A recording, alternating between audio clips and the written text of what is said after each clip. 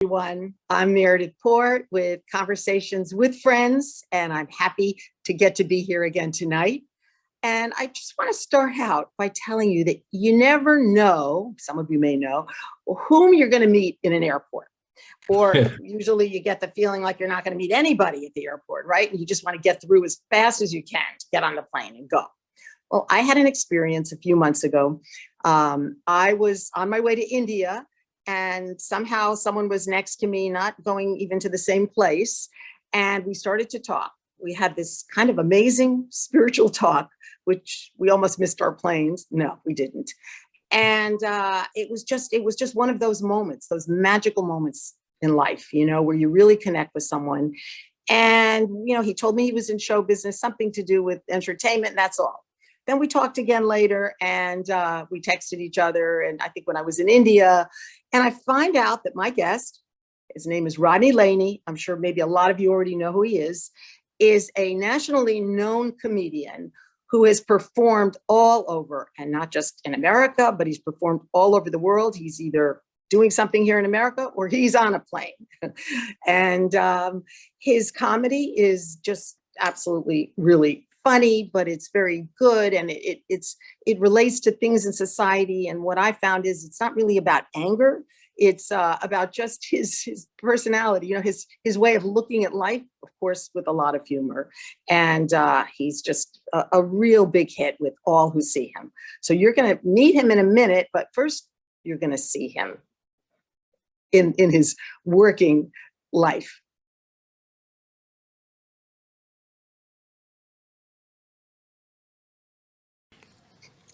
I saw somebody taking a picture of a picture. Look at that nice picture. Let me get a picture of that picture. You can take as many as you want, right?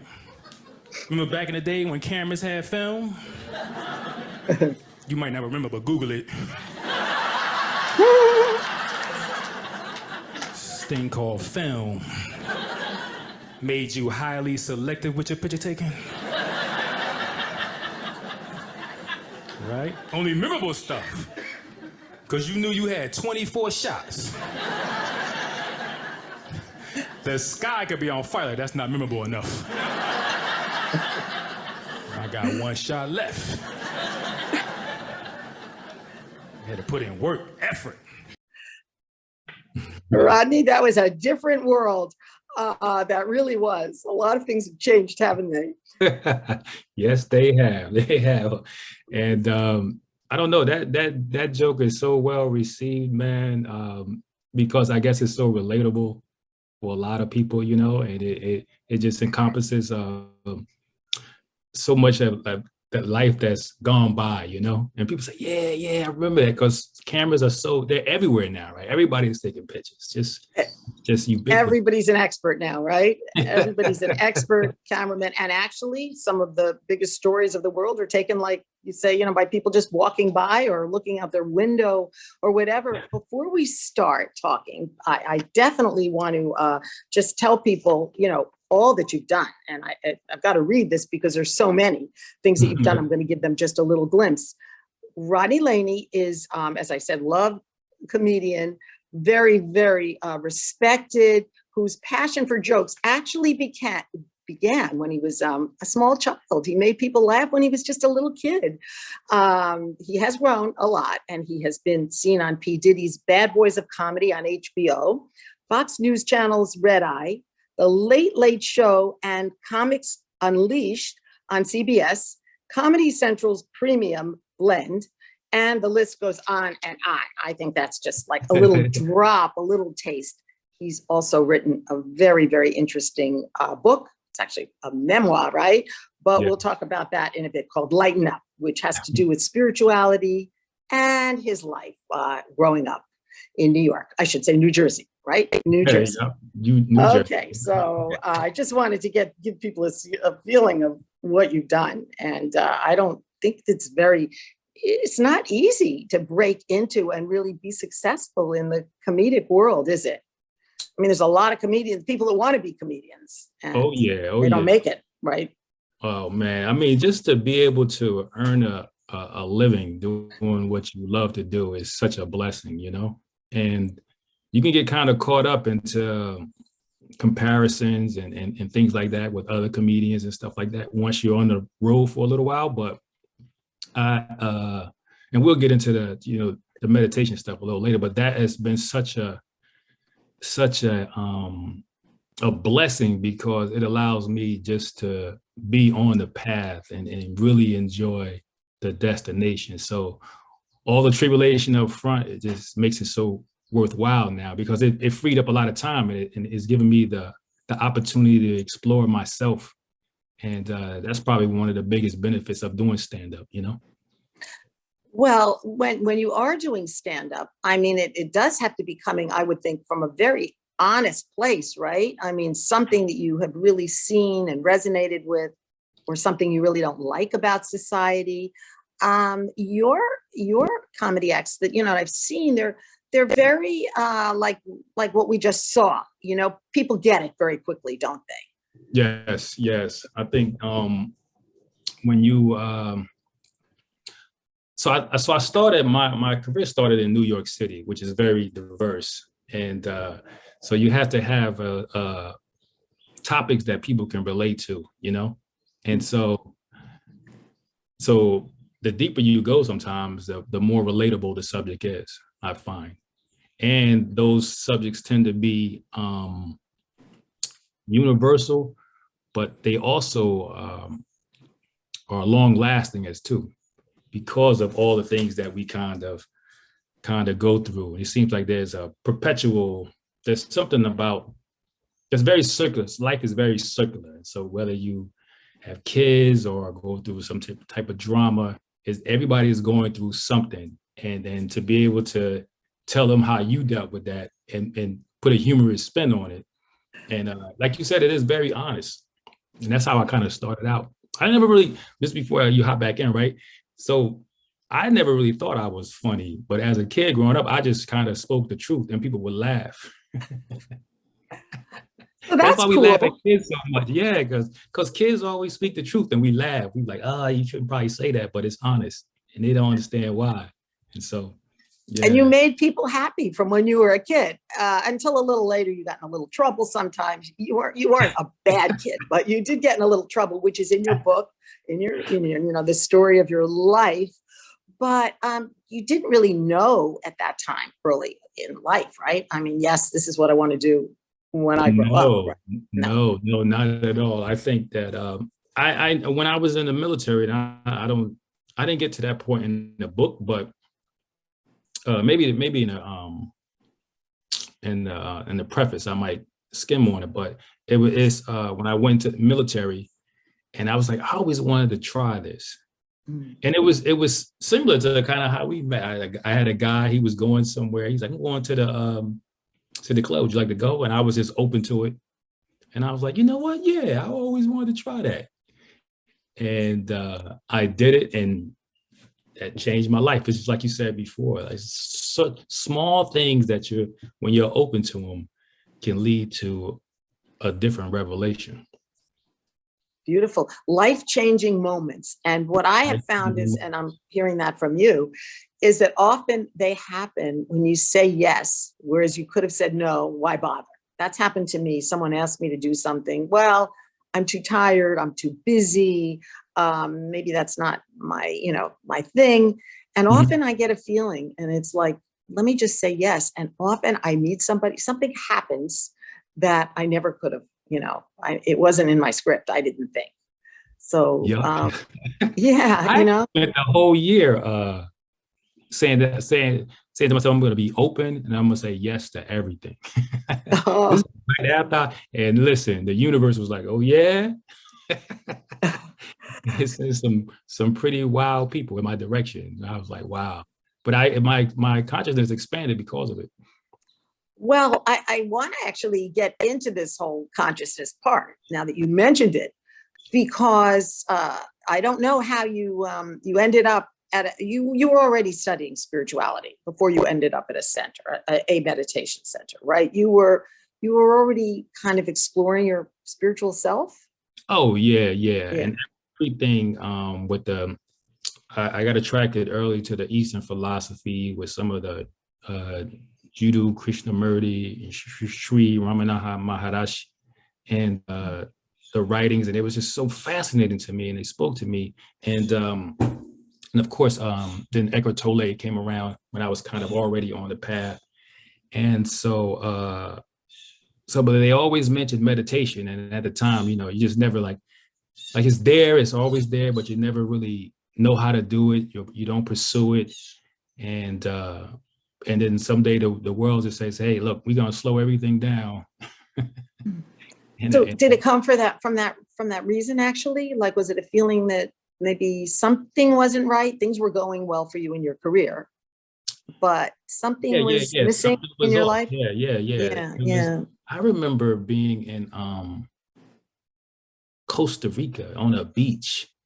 And so this paradise setting, and still going to myself, this is nice, but something is missing.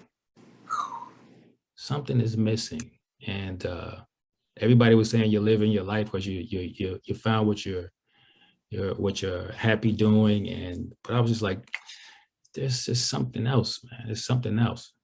And in this weird way, it felt like unconditional love was missing. And so that was the I don't want to get too woo-woo, but part of that was that was stirring me, like something was stirring. And if you're open to it, it'll lead you where you need to go. So everything kind of happens, and when you look back, because I ended up going to I cut out meat for like a month. And so I talk about that in the book too, when I go to this vegetarian store, and that's yes, it was great. Tofu. You had tofu. Yeah.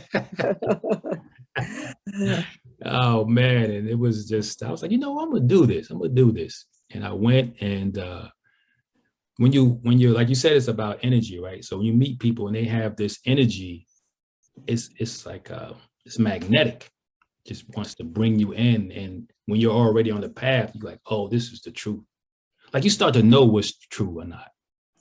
And you do. If you're looking, I mean, if it's in you, because some people sometimes I feel, I love to talk to people about these things, but often, I mean, everybody I feel has some spiritual part of them, but sometimes I feel that people they're not necessarily ready. They're caught up in whatever they're doing, and that's fine. Everybody, has to do what they do. For some, it's boating. For another person, it's, hot air balloons, or what, everybody kind of has something that gives them that happiness, right? Or that, but it's interesting that you said something that, here you're successful, and you are, and yet it was, there was that old song, I don't know if you know, but it was, is that all there is, that's kind of what it, reminds me of, is like there was still something. And that's what happened to me when I ended up at the Brahma Kumaris meditation centers over 30 something years ago. I walked in and I suddenly realized what it was that I was missing. For me, it was peace, peace and well-being. There was something that just wasn't right, but I didn't know it until until actually somebody that I work with from New York, a producer, he pushed me to go. He said, you need something, you need your I was doing a nightly live show on PBS for many years. And he said, you're not, we're both, he was actually talking about himself. We're not really peaceful. He said, we're not relaxed. And he found this center, but, so I'm just saying, at some point, what do they say about, when the student is ready, what happens? The teacher will show. Right? Yeah, we all know that, right? We all know that. But you've been very serious about this. I mean, you've just really made a lot of spiritual effort. And I was reading in your book, which is so interesting, because you talk about your whole childhood and your growing up and everything. And then at the same time, there's parts about your spiritual journey. And so you were searching for a long time, weren't you? I mean, there was something in you that was restless. Yeah. It's like this innate curiosity that I have. And even with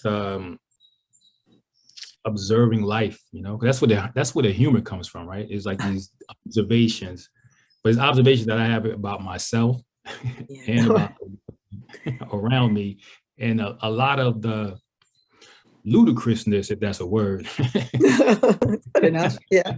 Right.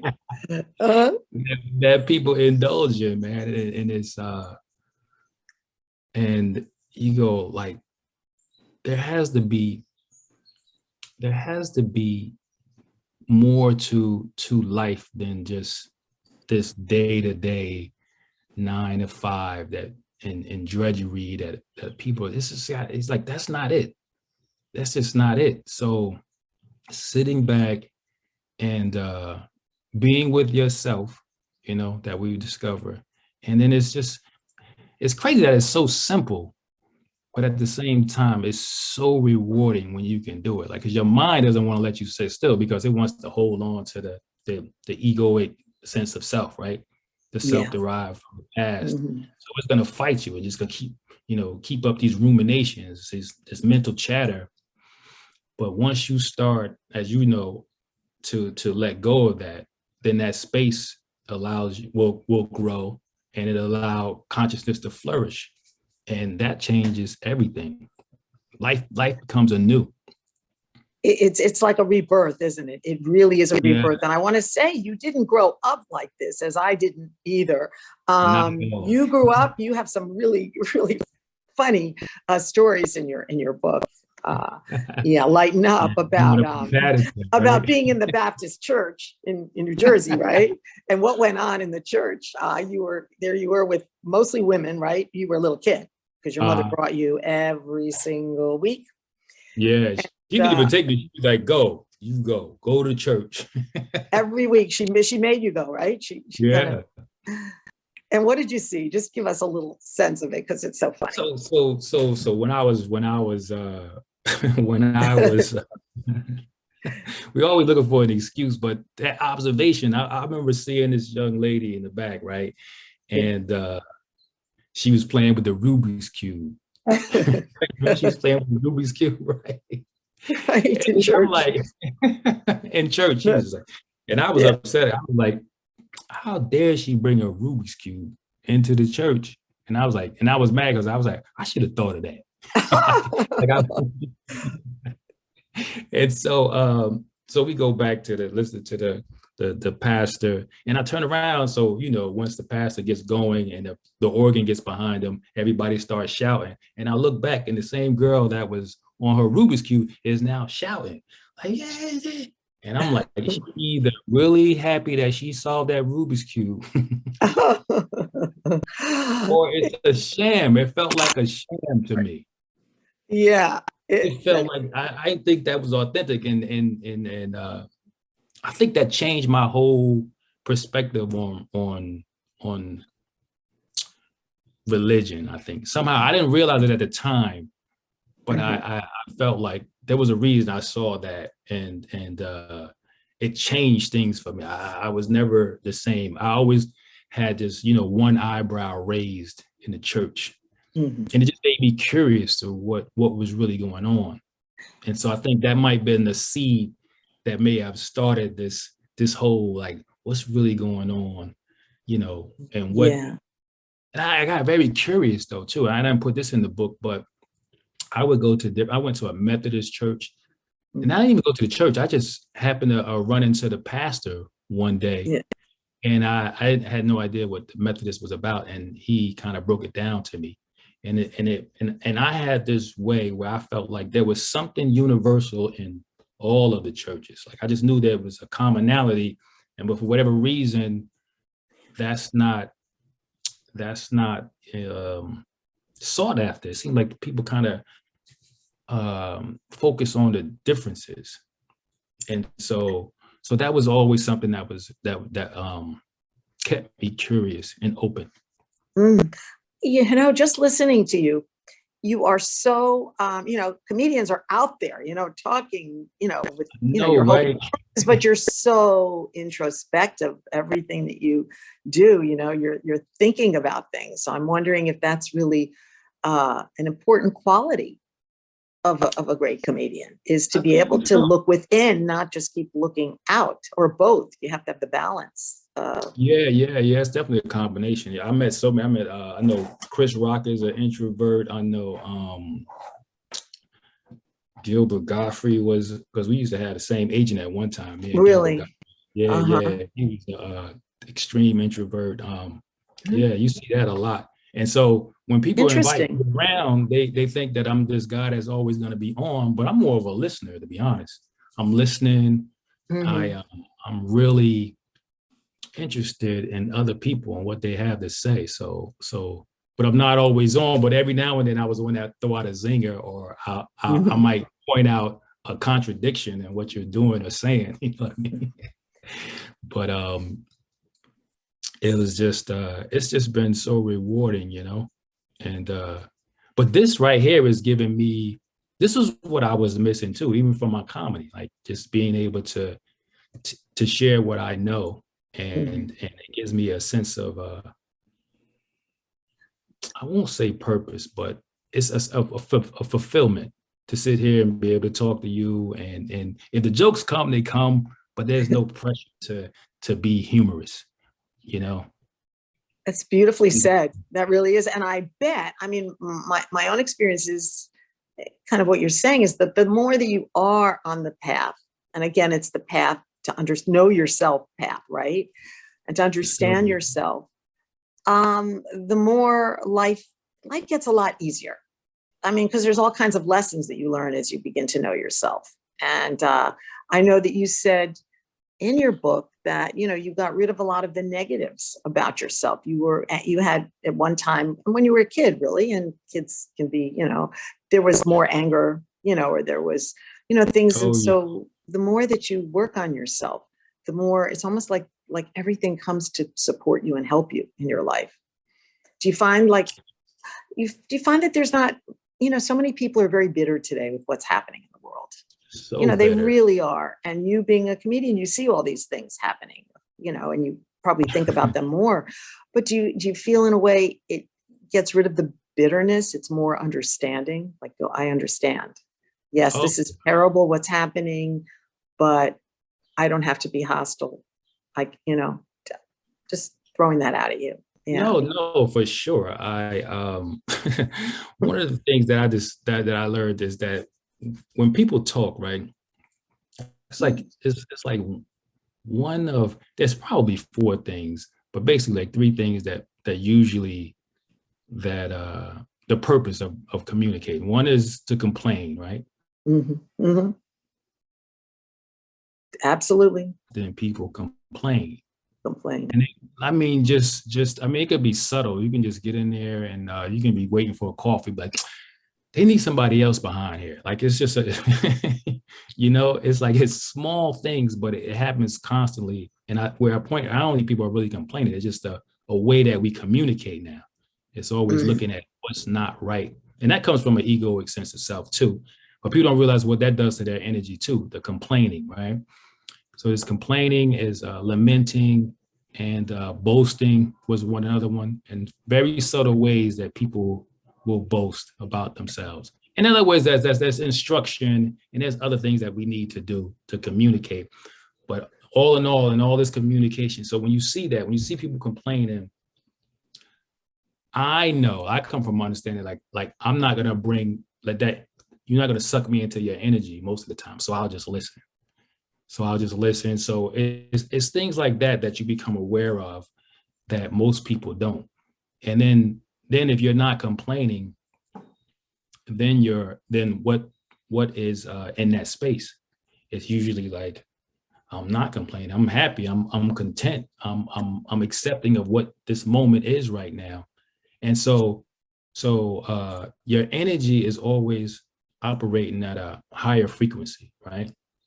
And then that kind of like fulfills itself, because then you're bringing around other people who are operating on the same frequency, you know? That's why in the airport, you and I will end up being together, and you think this big black man is stalking me. I'm like, nah, I'm just feeling your energy. That's all. I didn't feel that at all. Like, there was something about you, you know, there's something about you. I'm sure everybody meets you, trusts you, you know. Absolutely. No, the way you are. No, absolutely not. But I know what you're saying. Sometimes people, I'm sure, especially you, because you're really out there in the public eye, people probably recognize you or see you and they can kind of want to take over.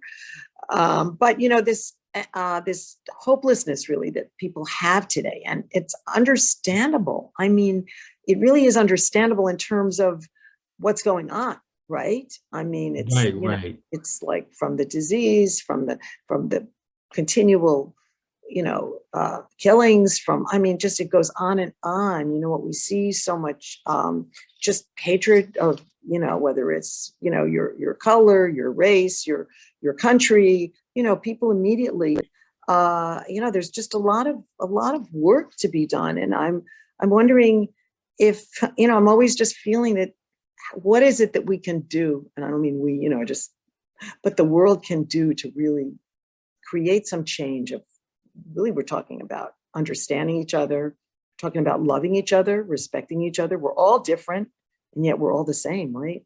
Yeah, yeah, for Spiritually. sure. I think that's really our default. I think that, like, going back to how I even came to meditation, like, once again, was I cut out television, right? You do. So, yeah, I cut out television, and that's when I was doing more reading. So there's, as we walk around, and then we have more access to social media and television. And like my mom, she just always has the news on, right? She's always watching the news, right? And it's like, how can you watch that 24 hours a day, man? Like, what would that do to your psyche? Because if you're always looking at the worst of humanity, that's going to be your image of the world.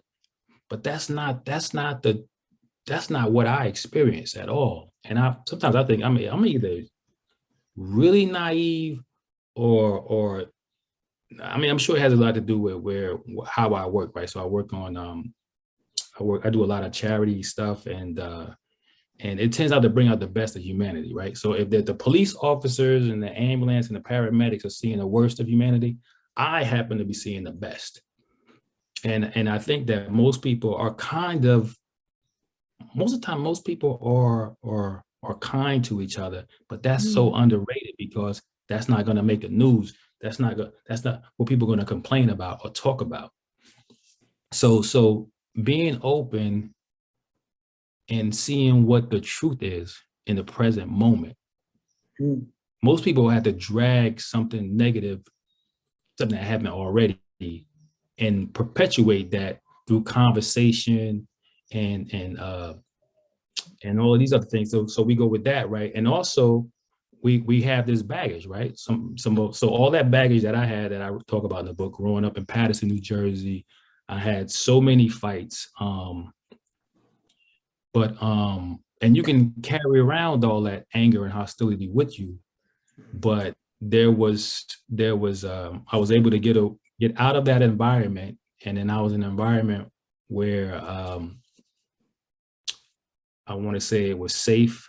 I happened to be around, it wasn't that many people who had my complexion, but that wasn't an issue.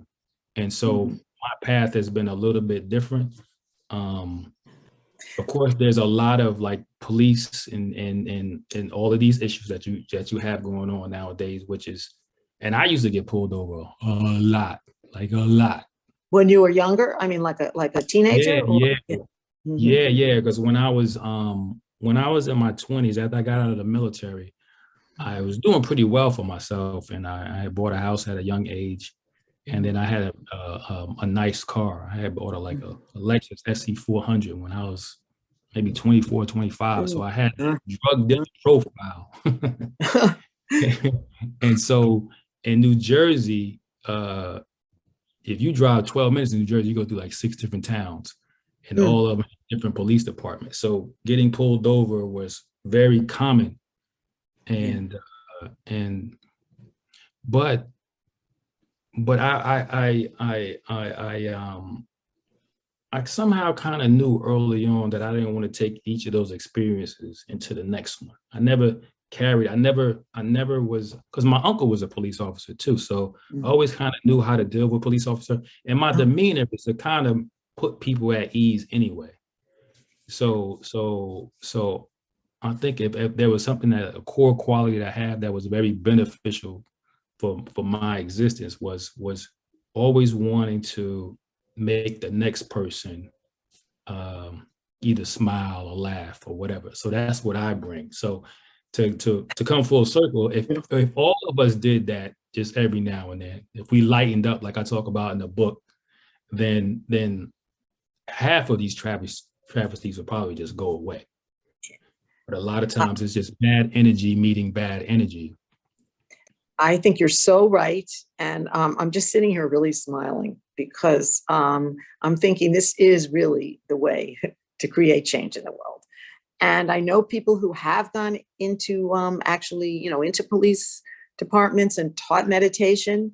I know people that have gone to the prisons, and I have seen amazing changes, response from these groups. But it's not enough, I mean, it's something, it's great, but how do we really reach the world with these messages, I think? And you're one that do you ever feel like you are a messenger, like in a way, Yes. for a different way of life, a Yes. different way of Yes. thinking? And I think yeah, it's definitely being in front of people. And at the end of all my shows, I introduce them to meditation, and people come up and they buy the book. So the one beautiful thing, I won't say the one beautiful thing, but the beautiful thing about comedy is, right, it brings down barriers. So people will come in and they'll have these preconceived notions, and most times that most people don't know who they're coming to see when they come see me, to be honest. They just like, you better be funny. You better be funny. You're so lucky. You're so lucky. I mean, you do something that you walk into a room and you make people feel good. So even if they're had a terrible day or a terrible month, they walk in and they can walk out smiling. And that's, to me, that's service, spiritual service, Yes. And I do want to mention, from what I saw, and I realize comedy can be kind of rough, it's kind of clean comedy. I don't see a lot of, I mean, I'm sure sometimes, it has to come out, different things, but it isn't like real aggressive, angry, or, I mean, it's just so gentle and humorous. I mean, it really is humorous, and people can relate to what you have to say. So if there was one message, we have to go because we've been going for a long time, and I have so many more things that I wanted to talk about. Bring me back one day, but if there's just a message that you want to convey to people out there that are watching this program.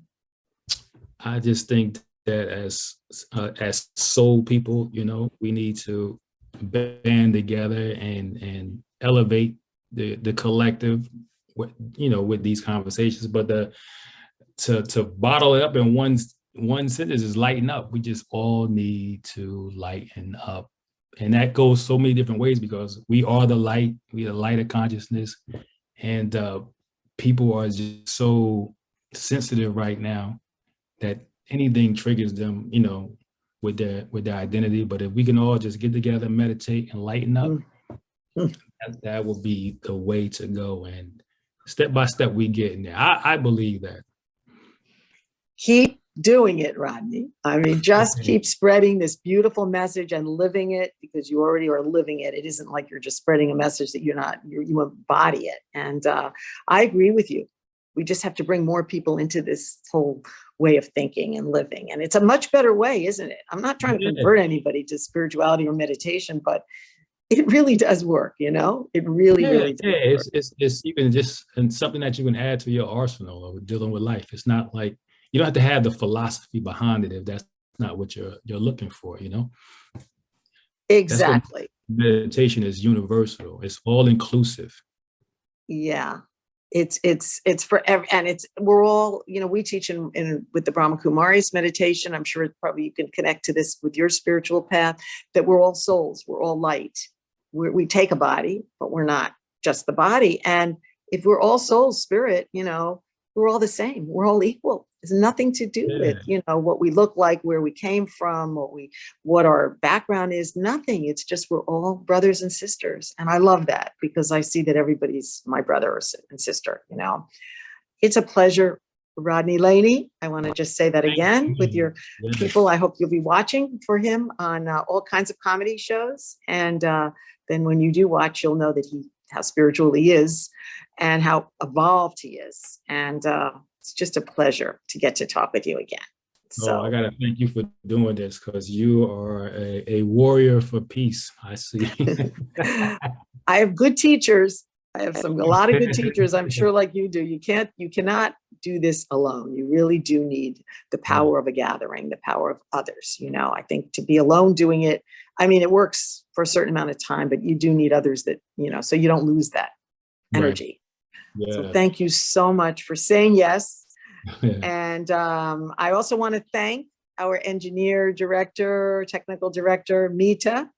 Yes, Mita. Thank you. Mita is there for everything that needs to be done at the center. There are others as well at the Brahma Kumari Center, but Mita is she's a very powerful force, so spiritual force. So thank you, Mita, and thank you for watching.